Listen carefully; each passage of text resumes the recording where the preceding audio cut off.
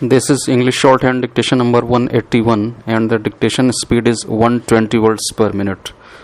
Ready? Start.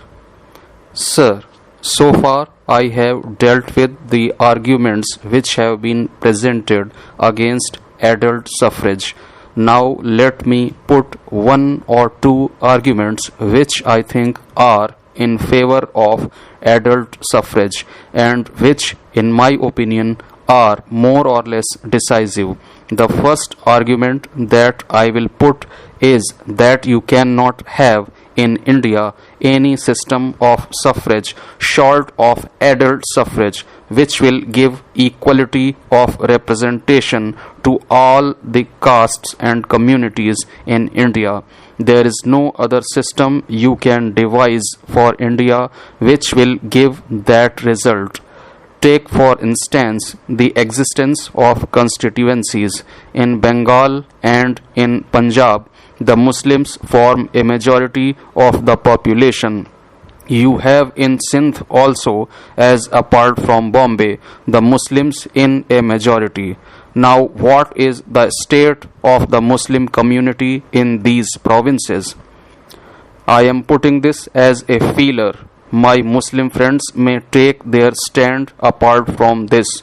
I am putting it as a case.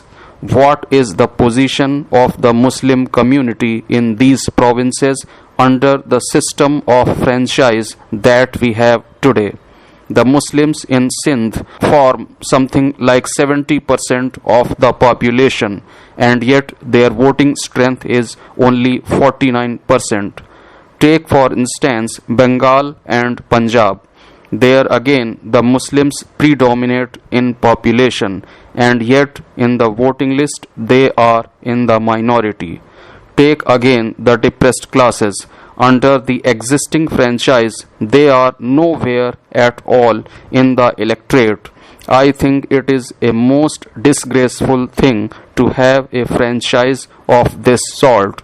You have to remember one thing, that Indian society is composed of so many castes and creeds, and those castes and creeds are not related to each other in what one might call the vertical perpendicular, so that if you chop off this mass at any particular point, you get a part which is representative of all the communities in an equal degree. On the other hand, if I may put it so, they are related in such a manner that the parallel grains are placed horizontally one on the other, so that if you chop at any particular point, you get a part which is representative of one single community only, or at the most two, and the rest are not represented at all. Now surely you do not want to create a system of political government in which only some castes and some communities will predominate. Surely you do not want to create in India a South Africa where only some people will have the vote and the rest will not. If you are interested in giving every man the political franchise so that he may work out his destiny, then you cannot have any other system of franchise in India than that of adult suffrage. Now, let me give you another example. As I say, I am not opposed to female suffrage, and I am very obliged to our lady colleague for supporting us in this matter. I will go with her wholeheartedly. Let me point out one or two illustrations of what has been suggested by way of enlarging and broadening the franchise. It is suggested that there should be a franchise of literacy. I do not propose to call it a fancy franchise, but let me tell you what will be the effect of it.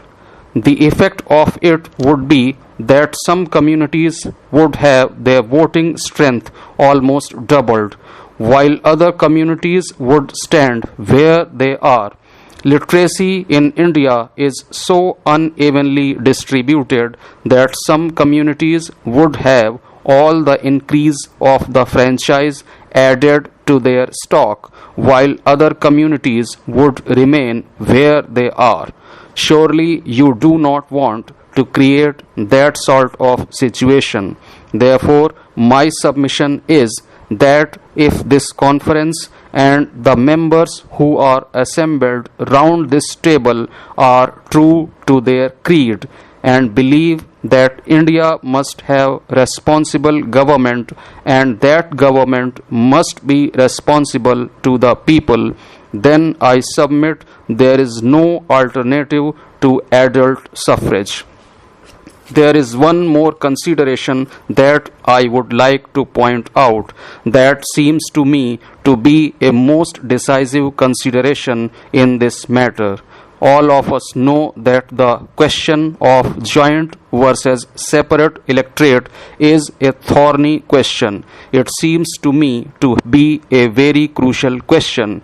May I point out to this conference that, at least in my opinion, the question of joint versus separate electorates is inextricably bound up with the question of franchise. You will not ask any minority in India, you will not compel any minority in India, and you will not get the consent of any minority in India to agree to joint electorates unless that minority has adult suffrage. I am not going to place myself under the thumb and authority of any majority government unless I am certain that I can exercise in the elections electoral power which is commensurate with my social power. Unless I know that every man and every woman in the depressed class community will be able to exercise the vote and to determine the destiny of the candidate who is going to represent the mass of people in the country, I am certainly not going to consent to joint electorates. I am not going to place myself in a minority position.